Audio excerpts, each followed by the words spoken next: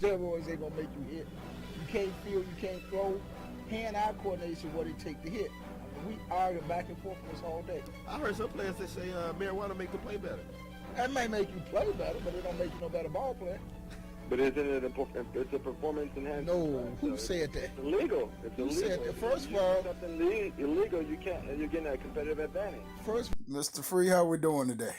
Well, I'm doing pretty good. I'm glad to hear from you, Coach. Well, it's been a long time, but you know, me and you, we got a special place in each other's heart. Yeah, that's true.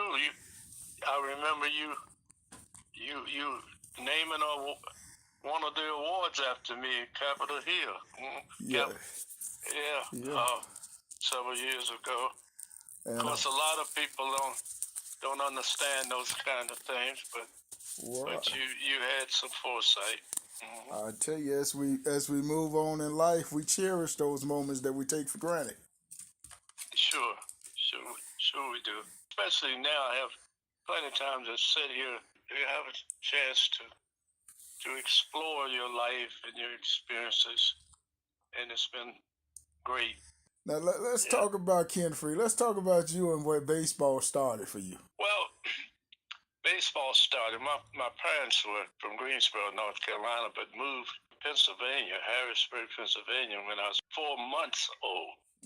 And so I grew up in Harrisburg, Pennsylvania from 1936 to 1948 when my dad felt that the steel mills were striking and going on, and decided to move back to Greensboro. Mm-hmm. But while I was in Harrisburg, it was Harrisburg was integrated, so sports was very popular. Mm-hmm. And living in public housing, many of the kids played on these integrated junior and high school teams and all. But baseball was always my sport because my dad had played it, and the Negro leagues were very popular in Harrisburg and all, and he took me to games. Okay. As a young boy, Island Park in Harrisburg, Pennsylvania, kept Negro League, because Harrisburg had a Negro League team. Mm-hmm. I forget the name of it, but I used to love to watch when the Baltimore Elite Giants and the New York Black Yankees, and then every now and then Kansas City would come through, Monarchs, Birmingham Black Barons, and I remember all those teams that I used to try to walk like them. My dad said, see them try to do whatever I watched them do in the park, on the sidelines. I try to imitate. Mm-hmm. But then I became a very good player on our playground back in the community. Mm-hmm. And we had a park there. So baseball became very much something that I lived. So I learned to play by myself during the day by throwing the ball off the building. Mm-hmm. In the projects there, public housing, had this brick wall, and I would throw the ball off of it. And I learned how to play every position and knew how to throw that tennis ball at different spots on that wall, to learn how to get different kind of heights, how to short hop the ball, how to throw it high and run back and get it. And I learned, but baseball was always in my mind. And of course softball and that type of thing. So when we moved back to North Carolina, baseball was very popular in those rural cities. Every community had a baseball team. And we played every Saturday and Sunday. And I guess that's the same way it was. But then a great traveling semi-pro team in Greensboro. And I joined it at 15 years old. Bunch of old guys and whatever. But we would go and come back at night, travel. On the weekend but we had to be back. Some guys would go to work and that type of thing. So then of course, I went to college and left a scholarship at North Carolina A&T State to go because a scout wanted me to work out with the Pittsburgh Pirates in 1954, 55, I'm sorry. And so I left the college and went there. And so it was very interesting that when I got cut, because they didn't have many places for black players to stay. Mm-hmm. And so if you didn't get one of the northern minor league spots, you had limited opportunities on the minor leagues that in the South, because in many cities you couldn't play on the same field with white players. Mm-hmm. So I ended up going in the service and playing 3 sports in the service. But when I got out in 1959, the Negro League was still struggling to stay alive, because this is post Jackie Robinson, in which many of your players in Negro Leagues were fading. But we used the Negro League in '59 to barnstorm and all, in hopes of trying to be scouted with one of the major league clubs. It's scouted every night, and you know how farm teams are to supply the major leagues. So we go from city to city, and we play all over the place. And but and that's the year we played. That was '59, the year we played our way to Chicago. Mm-hmm. But even if that was the last Negro League All-Star game, it was because it's still, according to the numbers that they gave us, it went from 60,000 people that they used to draw. But even at that game, we had 42,000 at Comiskey Park. Wow. And that was what was reported to us, which was, even now, that would be a heck of a crowd. Yeah. But it was just interesting.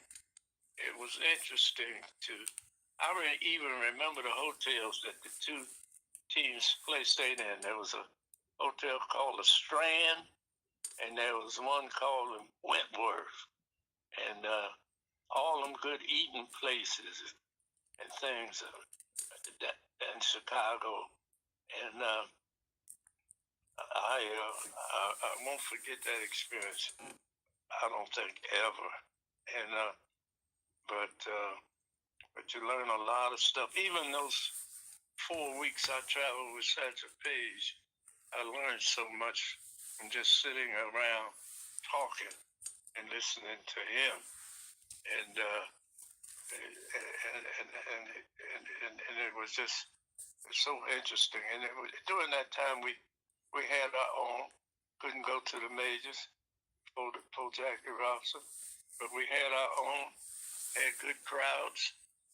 Had good players, Josh Gibson and those, and Oscar Charleston, some of the great players in Negro League Baseball.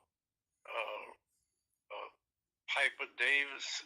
I remember my dad taking me to see, in Pennsylvania, the Baltimore Eli Giants played somebody in Harrisburg, and Roy Campanella was the second string catcher to this guy named Clark. And then Campanella, of course, after Jackie Robinson, ended up in the big leagues. But yeah, I played in the Negro League.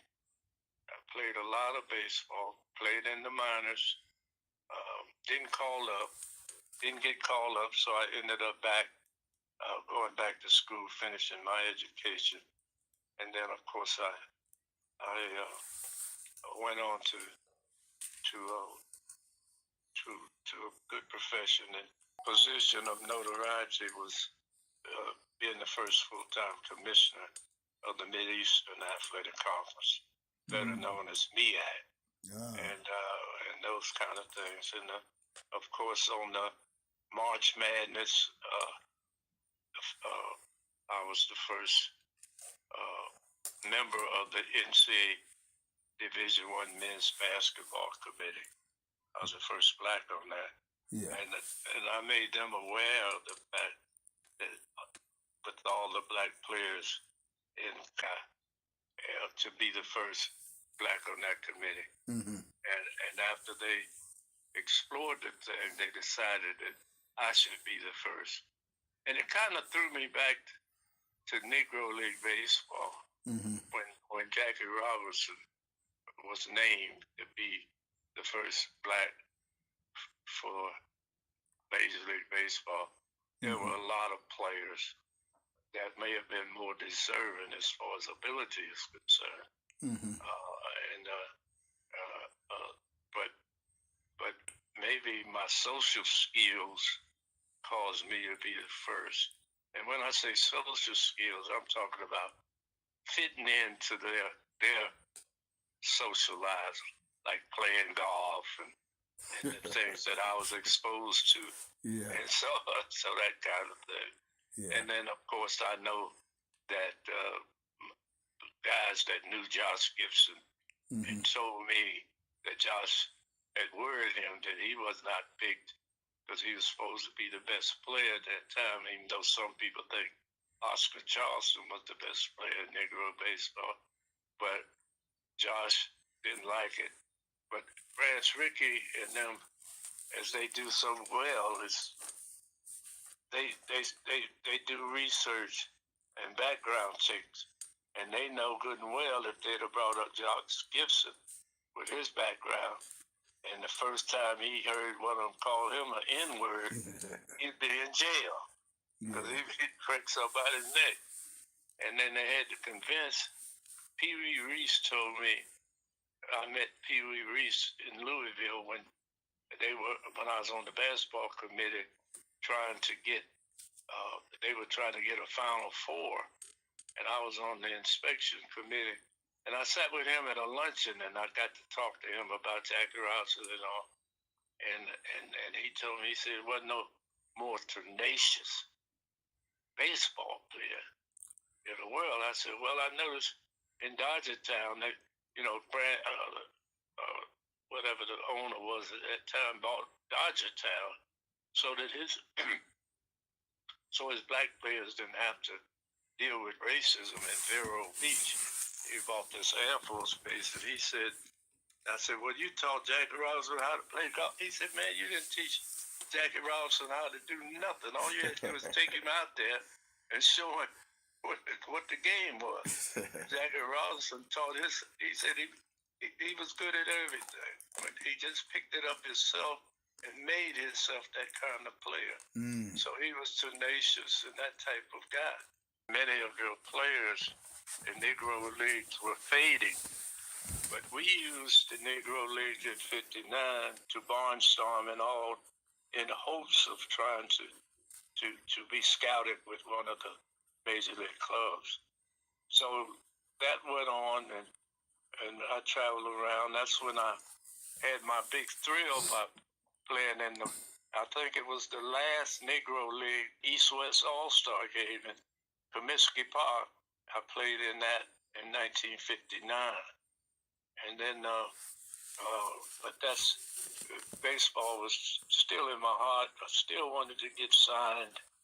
And then, of course, the next year, the Brooklyn Cuban Giants came through, and we had Satchel Paige, who was trying to get back into baseball to get his 5th year of eligibility for a full pension. Mm-hmm. So he was staying in shape. So here's a guy still pitching, and I saw him when I was 10 and 11 years old in Harrisburg, Pennsylvania, pitching in his heyday.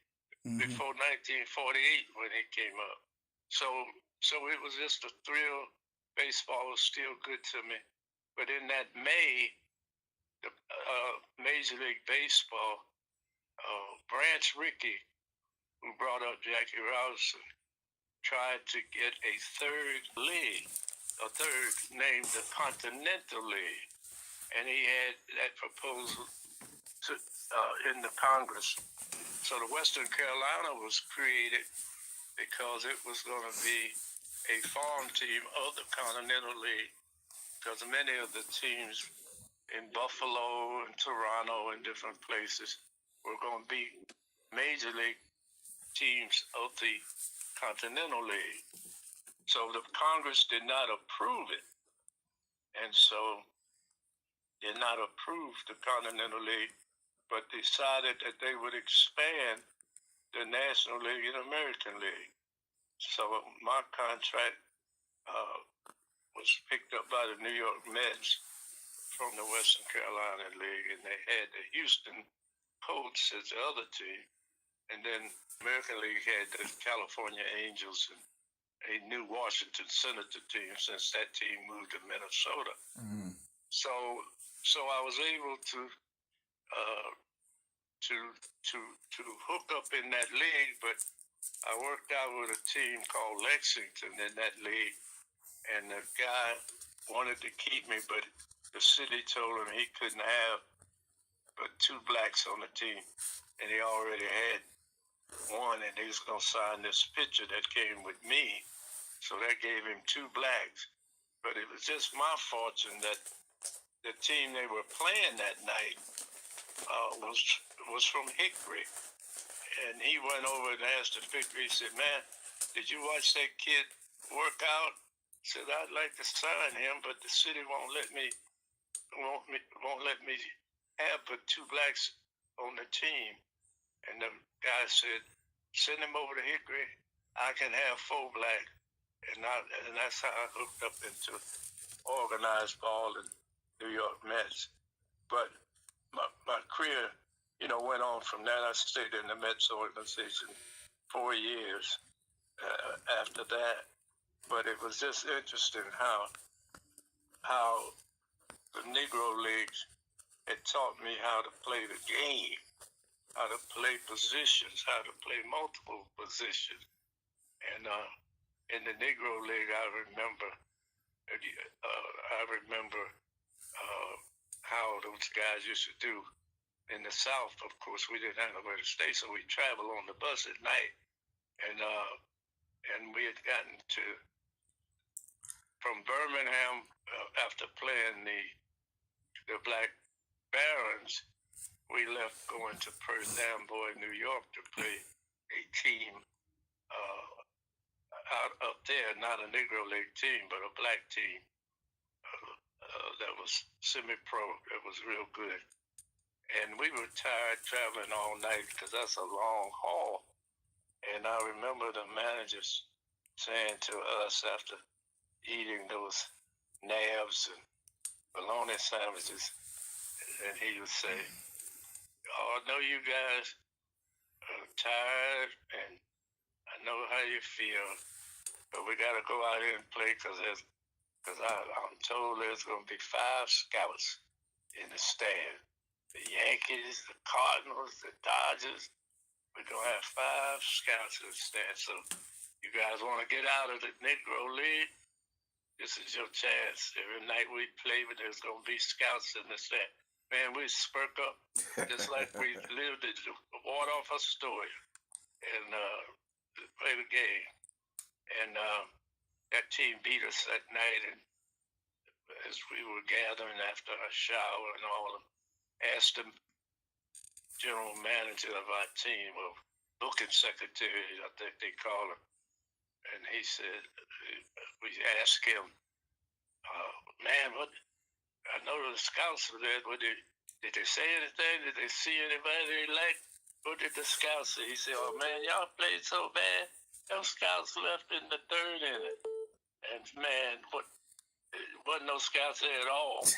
but they used it to spurk us up. And the few Negro League teams that were still left in '59, it was like a traveling farm team. Mm-hmm. You were going to get scouted every night, and you know how farm teams are to supply the major leagues. So we go from city to city, and we play all over the place. I got Pee Wee Reese's autograph from my dad because he was a Dodger fan because he went to the World Series every year after 47. Mm-hmm. Jackie Robinson and those played. So to get Pee Wee Reese's autograph in that late date, because he was on the local committee in Louisville. What position did you play? I started off as a shortstop and ended up third baseman. I played third in the Negro League. And there was an old Negro, you can look this up, the old Negro League player, outstanding third baseman, that they said that I played like. His last name was Danbridge. And because he had, well, I was bow-legged, he was bow-legged. I had a long head, and he had a long head. But Danbridge was out of Richmond, Virginia, and a hell of a Negro League player. So I ended up a third baseman most of my career. And when I played in Mets organization, I had to play shortstop a lot of times. And then when school was out, they'd always sign someone at shortstop, and I'd go back to third. And then one made the major leagues and played and one of my teammates was Bud Harrelson, who played with the Mets that beat Baltimore in '69. And of course, Tug McGraw, he and his brother played with. So Hank and McGraw's. And so third base was my major position. But in Negro League ball, a lot of times you had to play other positions. So I even caught. Mm-hmm. I played second base. In the Mets organization, I even played first base, outfield. But I learned that from throwing that tennis ball off that wall in the public housing projects in Harrisburg, Pennsylvania. 15 years old, I started playing with older guys in these traveling local semi-pro teams. And we would travel all over. Like the team I played for was the Greensboro Redbirds. Mm-hmm. And they traveled and played, like I played against, with the Redbirds, I played against Hank Aaron when he was with the Clowns. Mm-hmm. He was second baseman at the time. But that was good baseball. And it was like a farm team because every time we played a Negro League team, the Greensboro Redbirds, one of our players would end up leaving with one of those teams. And one of the guys just died who played at A&T and played with the Redbirds, and the Memphis Red Sox came through and we played, and he left with them, Jimmy Robinson. Mm-hmm. You may have saw him on the Toyota commercials before he died. And he was a teammate of ours on Greensboro, coming out of A&T right here. He played with that team until Memphis signed him. So he was an old Negro League player. But every time we'd play one of them teams, they'd take one of our players. Because during that time, after Jackie Robinson, man, them guys at the Negro League team, they had contracts on you. Mm-hmm. And for a major league team to sign you, they had to buy the contract. Mm-hmm. So, I mean, one of our Negro League players, it didn't get signed until late. And somebody asked him why he wasn't signed sooner. And he said because the general manager on his team, I think it might have been with the Monarchs, but anyway, he said that, the Chicago American Giants, let me see. Well, one of them, he said that his manager kept him back. He didn't know it, was asking for too much money for him. And the Major League club did not want to pay that much for him. So he never knew that because but the Negro League team that had his contract wasn't going to give him up for that price. So a lot of times, we didn't know what was over, what the cost was to those teams, but those guys had investments in us, and they wasn't giving us away. Yeah. So, and you can't blame them. Yeah. And, but I mean, I might have been a superstar with them, but major league club said, no, I ain't gonna give you $20,000 for him or 15 or whatever. Well, what about Jackie Robinson? Did you have an opportunity to meet Jackie Robinson or play with him? I met him, but never spent any time. And the way I met him was on their way back from spring training, going to Brooklyn. He played in Greensboro against their local team. They would play all the way through it. So we would go and lean over the fence and meet him. I was playing semi-pro at 15 because I was in ninth grade, and but I had the skills to play up, and so that was how it was. But that's the only way that I got to meet Jackie Robinson and to see him play each spring when they'd come through, going to Brooklyn. I played. They'd come through here, but I never had a chance to sit down and talk with him at all. But it was just a thrill, just to see him walk around on that field in Campanella and Junior Gillum. Because see, one of the other things you may or may not know is that there were several years where these guys would come through these baseball towns like Greensboro after the season, and they would play all-star games. Yeah. And I remember Gillum and Joe Black. I played against Joe Black with Satchel Paige in Patterson, New Jersey. The year I was 59, but they would come through Greensboro, Winston-Salem, Charlotte, and they play against Killebrew All-Stars or some white players, and that was very popular in the fall when them guys would in their seasons and come through with those All-Star teams. Matter of fact, I got to see Bob Gibson pitch in one of those All-Star games at the end of the season, and that was quite a thrill at that time. But I don't know. It's just baseball. I had seen the time when I had told my dad and those if I couldn't play baseball, I'd rather not even live. That's how much I loved baseball. Yeah. It was amazing. And my weakness overall was